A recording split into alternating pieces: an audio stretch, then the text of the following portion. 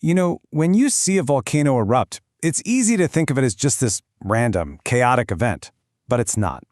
Every single eruption, whether it's a huge explosion or a slow, creeping lava flow, is actually the grand finale of a process that's been building for sometimes centuries, deep, deep inside the Earth. So today, let's trace that whole journey from the inside out. When you boil it all down, the entire thing comes back to one simple idea: pressure. Just try to picture a giant geological pressure cooker building up steam right under our feet. And eventually, that pressure just gets so big, so immense, that the rock on top simply can't contain it anymore. That's really the heart of the story. So here's how we're going to break this all down. We're going to start with the engine, way down deep, that creates the fuel. Then we'll look at how that pressure builds up to, well, an unbearable level. We'll talk about the final trigger, and then the two very different ways an eruption can actually happen. And finally, we'll see how scientists try to read the signs from the surface. All right, let's start our journey. We're going way down, deep beneath the Earth's crust, to find the source of a volcano's incredible power. Okay, so welcome to the mantle. Now, this is not some giant sea of liquid fire like you might imagine from the movies. It's actually a layer of extremely hot solid rock that, under all that heat and pressure, can flow and melt. This is basically our planet's furnace, and it's where the fuel for every single volcano gets made. So, how does this all kick off? Well, in certain hotspots, that mantle rock actually melts and it forms magma.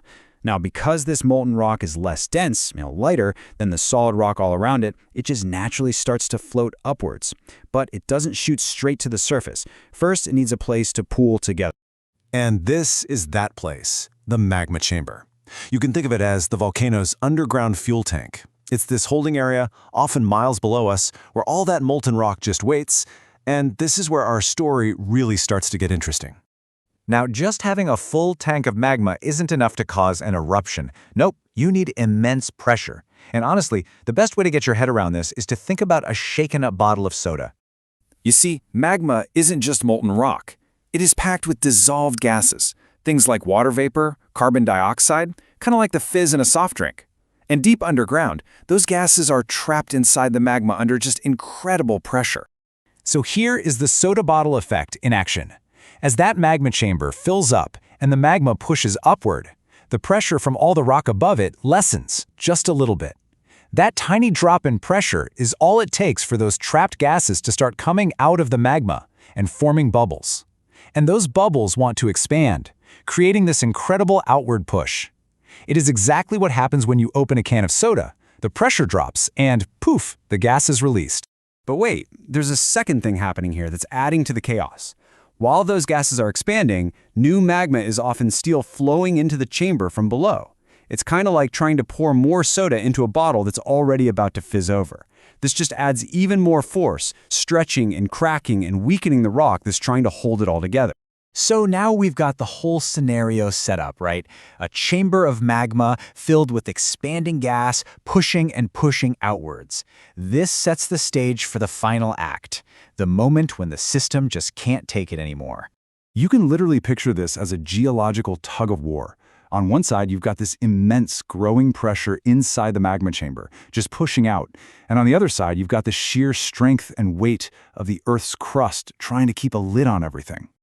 So the pressure is pushing relentlessly, while the rock is just struggling to hold on. But that rock isn't infinitely strong. Under this constant strain, it starts to get these tiny little fractures and weaknesses. It's really only a matter of time. And there it is, the tipping point.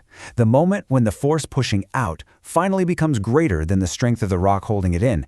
The rock fails. Cracks race towards the surface, and that magma now has an escape route. The eruption begins. Oh, and just a quick vocabulary check here. While that hot stuff is underground, we call it magma. But the second it erupts onto the surface, it gets a new name, lava. Same stuff, just a different address. But how that pressure gets released is what determines what the eruption actually looks like. I mean, not all volcanoes explode in some giant cloud of ash. They generally fall into two main types, explosive and effusive. And the difference really just comes down to the magma itself. If the magma is super thick and sticky, kind of like honey, it traps all those expanding gases until they just burst out in a violent, explosive eruption of ash and rock. But if the magma is thin and runny, more like water, the gas can just bubble out easily. That leads to a much gentler, effusive eruption where lava just flows steadily across the land. So, what makes magma thick or thin? Well, it's a mix of three key things. First, its chemical makeup. The more silica in it, the stuff in sand and quartz, the thicker and stickier the magma gets. Temperature's a big deal too. Hotter magma just flows easier. And finally, the sheer amount of gas trapped inside contributes to that explosive potential. Now, all of this incredible science happening miles beneath our feet isn't just theoretical. Understanding this whole process is absolutely crucial for trying to predict when an eruption might be coming and, of course, protecting the people who live nearby. So, the big question is, can we see this coming? Do these massive geological events give us any clues before they happen? While the answer, thankfully, is often yes. Scientists are constantly watching volcanoes for these key warning signs. As magma moves around and cracks rock, it creates little earthquakes. That pressure from below can make the ground itself swell up like a balloon. Gases can start to leak out at the surface, and even the ground temperature can start to rise. These are like the planet's whispers that something is changing down below.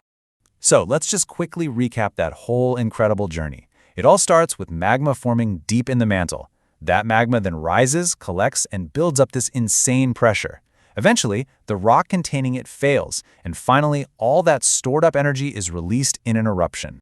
And really, that right there is the key takeaway.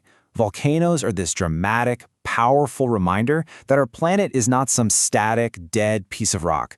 It is a living, breathing, dynamic system that is constantly in motion, right beneath our feet.